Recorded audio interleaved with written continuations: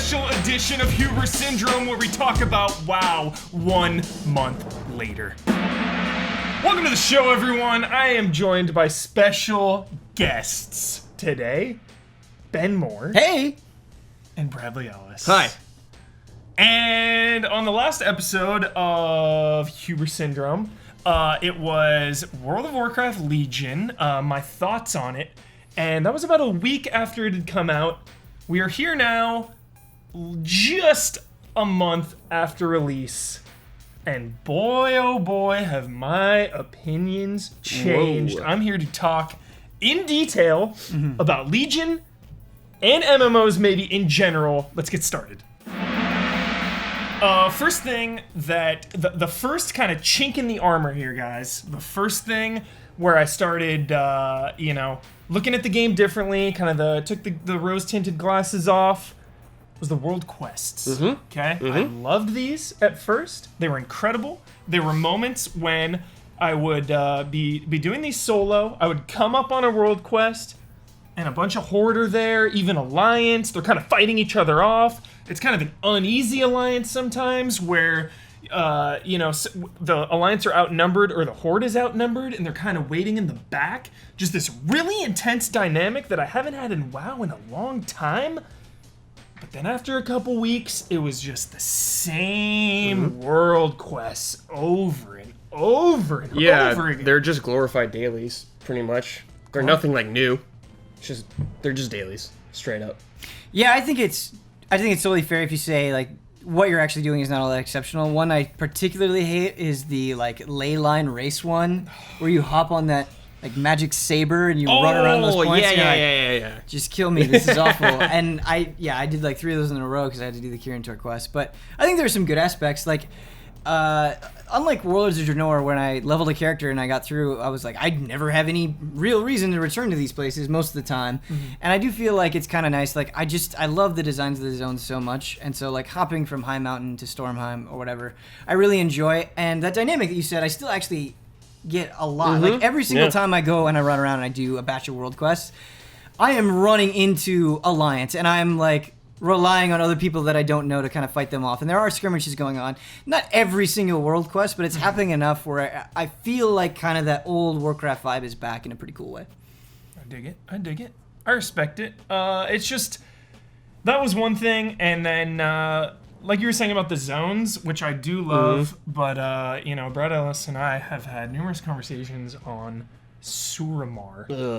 I don't like Suramar. I agree with you there. This is quite possibly, like, game trailers, we did a top WoW zones of all time. If we did the worst WoW zones of all time, this would certainly be on the list.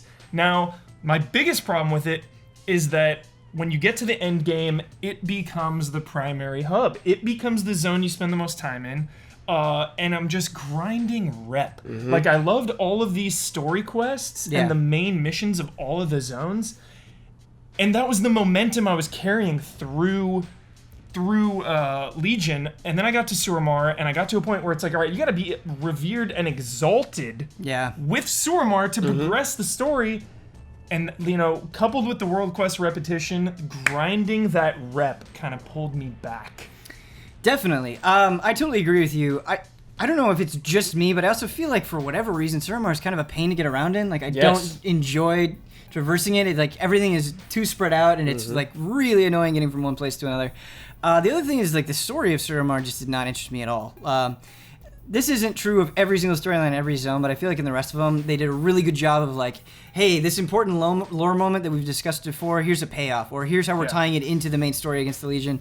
And yes, they technically do that with Suramar, but I just, it felt extraneous in a way, and it felt padded out because of the rep grinding, that I just couldn't remain invested in the Suramar story the way that I was with the I think they're saving a lot of that zone for later down the line. Like, they're not giving you full payoff yet. Yeah. I mean, you don't get full payoff and everything, but you get more of a payoff from other zones.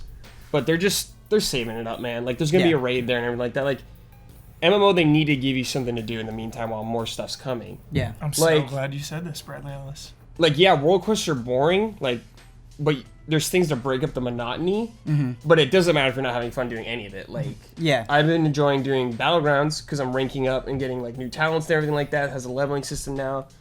I think the biggest draw for me is obviously the artifact power. The Totally. Biggest dopamine of all time. And that's something I wanted to bring up with World Quest is they are extremely valuable, and you definitely like want to do them, and you want to do things like Emissary Quest. But I feel like you actually have more things you can do, and you can log in, and they're more interesting now than they were before. Like I don't feel like I'm just grinding dungeons, or I'm just doing World Quest, or I'm just doing PvP.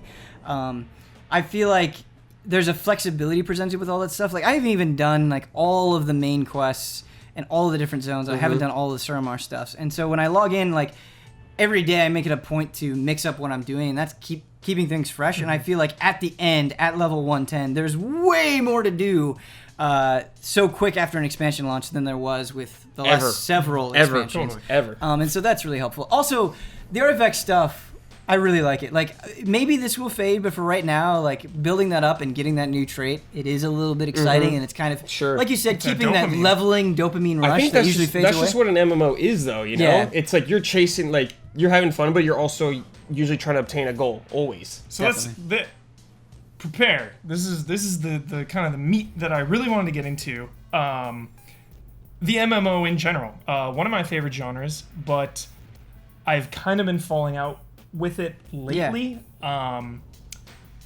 Because there's just so much to play now, and there's so much to consume and so much to do.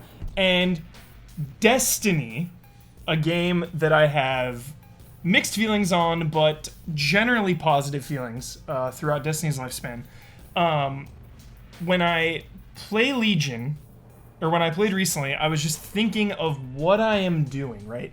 And I thought about what I'm going for, right? I'm going to try to complete all the quests to get that artifact power.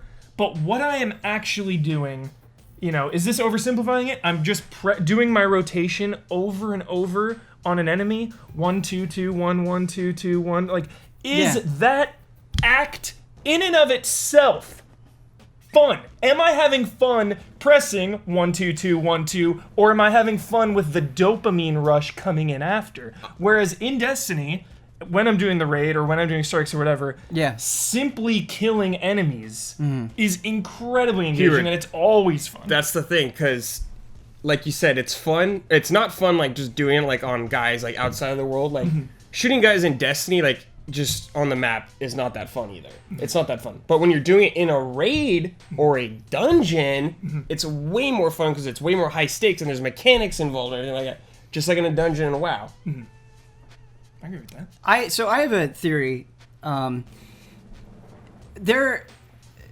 feel like part of it is the MMO novelty. Like, oh my god, I'm connecting online with millions of other players, has faded. There was a point for years, for sure. I would argue, where just that alone was kind of mind-blowing. And the fact that the mechanics of pushing 1, 2, 3 weren't that engaging was offset by the incredibleness of this thing.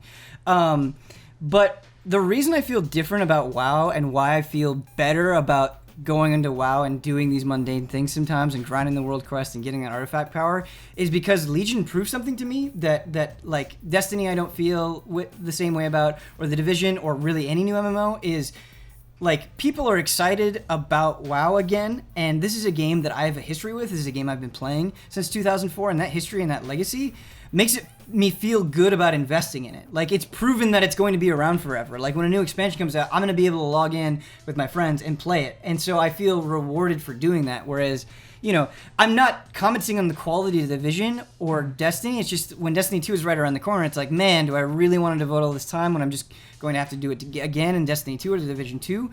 And so I think that long-term appeal is really important if all of these things take so much time and you only have so much time to give. Brellis, final thoughts on Legion? I think it's one of the best expansions in a long time. For me personally, it's the best one since Wrath, I feel like. Like, I'm having a really good time.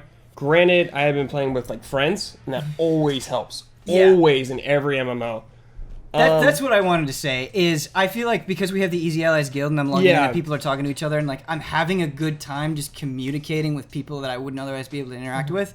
I think that has totally skewed my opinion on WoW right now. Like, I don't right now have that in, like, a Destiny.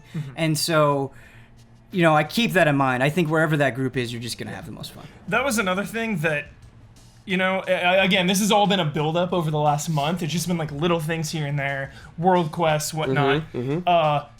corralling a group of people on the internet to group up, to set a time, to meet and do the raid in Destiny, it just got me so amped and so excited versus like a dungeon finder or a raid finder or... That's why you gotta do mythics. Yeah, I do think they've offset that a little bit. Like, if you want that experience, getting together with Brad and some other easy allies like Kristen and Joetown and Zuashi, the MVP of the group, like getting together and having them summon me to the dungeon and having to go through it and having to rely on these people. You physically have to go. You know, there. I think it did provide that experience that you're looking for. Like I totally love that experience of like getting a group together and going there and doing it. Like I totally see where you're coming from with Destiny, but like there's just more WoW for me. You know, I'm more into that universe too and that story. Like I'm like actually into it right now. That's a point that we have to bring up. And I've had people tell me that the lore in Destiny is amazing. I just haven't seen it. Like I've never been invested. You gotta check the Grimoire cards, Ben. I don't, Come on, dude. Right, exactly. And I don't know any of these characters. And I feel like I've tried. I feel like I've tried to pay attention. I've tried to get invested within the game. I haven't gone outside of the game, to be fair. Yeah. But you know, in Warcraft, like I do care about Illidan. I do care about Sylvanas. I think that matters a lot. Cool. Yeah, if you're investing that much time, it's giving you a reason to invest too. Definitely. In closing, I definitely thought I would be hooked on Legion for longer. I'm definitely glad I played it. There are some awesome takeaways, especially some of the quests. The vampire quest, going in a random cave, summoning some like blood-sucking beast that legitimately like bites you, and you have to hammer a stake through its heart. Some really awesome quests.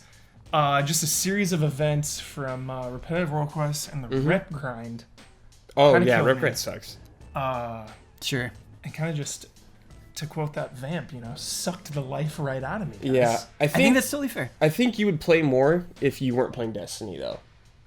Destiny's kind of taking your MMO desires right now. Michael Huber, casual confirmed. I want to just do an experiment. Like I want to, you know, take Huber and you and Zuashi and do a Mythic Dungeon run and just see how that feels. We should do the raid and then have one final check-in. We should 2 months later. Yeah, I think that is an important point, seeing that none of us have done the raid. As of now, though, my hype was through the roof, and it's faltered. Sure. You guys are on the up. You keep going up. No. Yeah. No. This dopamine. I'm not going to keep I mean, going up. I think the same argument that I brought forth can be used against me. You have been playing WoW for like 12 years, you know, and so reaching that point, I think, doesn't surprise me. Yeah, there's nothing like it's totally fine. Yeah, if you're totally burnt fine. out, no worries. I totally get that. I think everything you said was valid. Yeah, totally. You too, guys. Always a pleasure having Brad Ellis and Ben Moore, the Easy Allies Blizzard crew.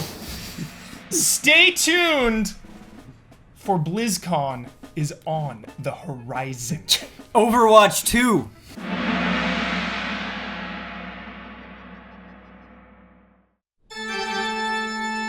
Time for the spooky syndrome.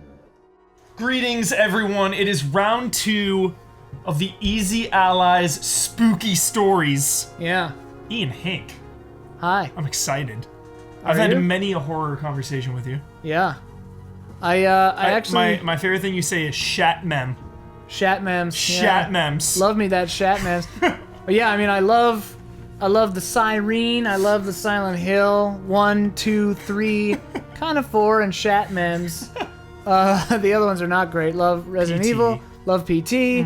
Oh my God, like the stories we could tell about PT. Yeah. But give me, feed me Yeah. some spookiness. The biggest jump scare I can remember, I think, in video game history.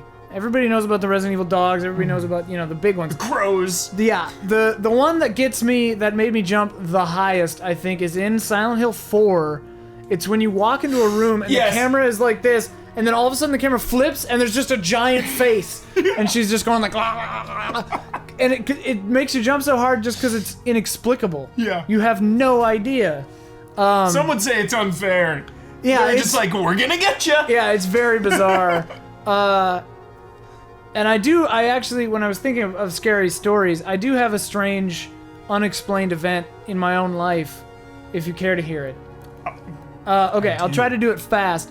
And it's weird because I don't really believe in ghosts or any of that kind of stuff, but I had an experience that was very weird. We were studying abroad in the Bahamas. We were excavating a slave plantation on San Salvador, and I was in charge of excavating Building 8, which nobody knew it was for. And there had been stories like the teacher's aide the year before had an experience where she was down in a place that became called the Witching Hole, where she was there by herself, and then all of a sudden she thought she could see all of these like people around her, and they kept pointing at her and going like, one of her, and then she just apparently was screaming and screaming and screaming and screaming until another guy, my friend, came and like shook her and was like, hey, wake up, snap out of it. Like in a trance. Yeah, so like that was the year before. Then the next year we went back there, my first time. Smart. Yeah, going back. And so we were in Building 8, and I had to go to the bathroom, so I wandered off into the bush, whacking away with a machete, getting there. And then, and there had been other stories of a teacher had seen someone come into a house that wasn't really there, and like hearing water near the well, and all these like reports of all these weird things happening out here. And so I'm out, doing my thing, and I look up and I think I see, like, I have just this image in my head of this guy, little short black guy with kind of like Einstein-y hair, right? Just standing there staring at me. Yeah. And so then I go back, and the teacher's aide who had that crazy experience before, and I knew about this, was working on the Building 8 with me. And I go, hey, I just had like this weird thought of this guy, it was a short guy, and he was staring at me, and then she goes, kind of Einstein hair? Like, she says that? And I'm just like, yeah? That's weird. And then she goes, yeah, that you were in the Witching Hole. That's where I freaked out over there. And I was just like, what? It was really weird. Shivers down my spine right now. I could tell you more weird stuff, but that's enough for now. Oh my goodness. But yeah, weird real life unexplained happening. Because she confirmed a detail that I didn't say, And I was like, what? That's weird. Weird stuff. Ghost hunter.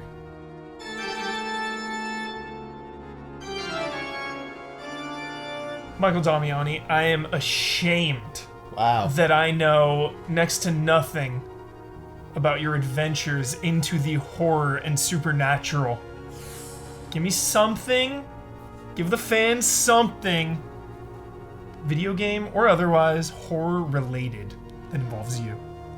I think I know it's supposed to be spooky. It was spooky to me, but it might have been funny to anyone at the GT, the old Viacom GT office. Okay, I like it. I was playing Fatal Frame 4, the import. So not only it's in Japanese, so not only do I not know like most of what's being said. Yeah. And it's a Fatal Frame game. Yeah. So like I hate where you have to take the camera, you have to zoom in on ghosts and stuff. So it makes you look at like all like the scary setups. It's like, nope, I don't want to look over there. You're gonna look over there. And they do the crazy thing where you go into like a little girl's like bedroom with all the little creepy dolls and stuff. Oh god. And it's just like, something's gonna happen. So like, what's gonna happen? It's gonna be a jump scare, like gonna tap me from behind the face. So it like makes you like pan around for a second, and then like in the doll section, whatever, you look carefully, like there's actually a face in the dolls, like like a real one. And when you see it, like I think it just knows the perfect time when you realize it, because that's when like you turn around and there's the ghost girl like right behind you and stuff. And I was like, God, stop! I was like, please! I hate that because it reminded me of the scene from Event Horizon. Yes. When Weir has to he's going to the nightmare about his wife, and he's going to pull the chair, and he grabs it, and you're like, okay, it's gonna turn around. It turned around at like the last second. He goes, he gets pulled. Yes. like Event Horizon. No, man, that movie was like. No mess. Event Horizon, the deep cut from Damiani.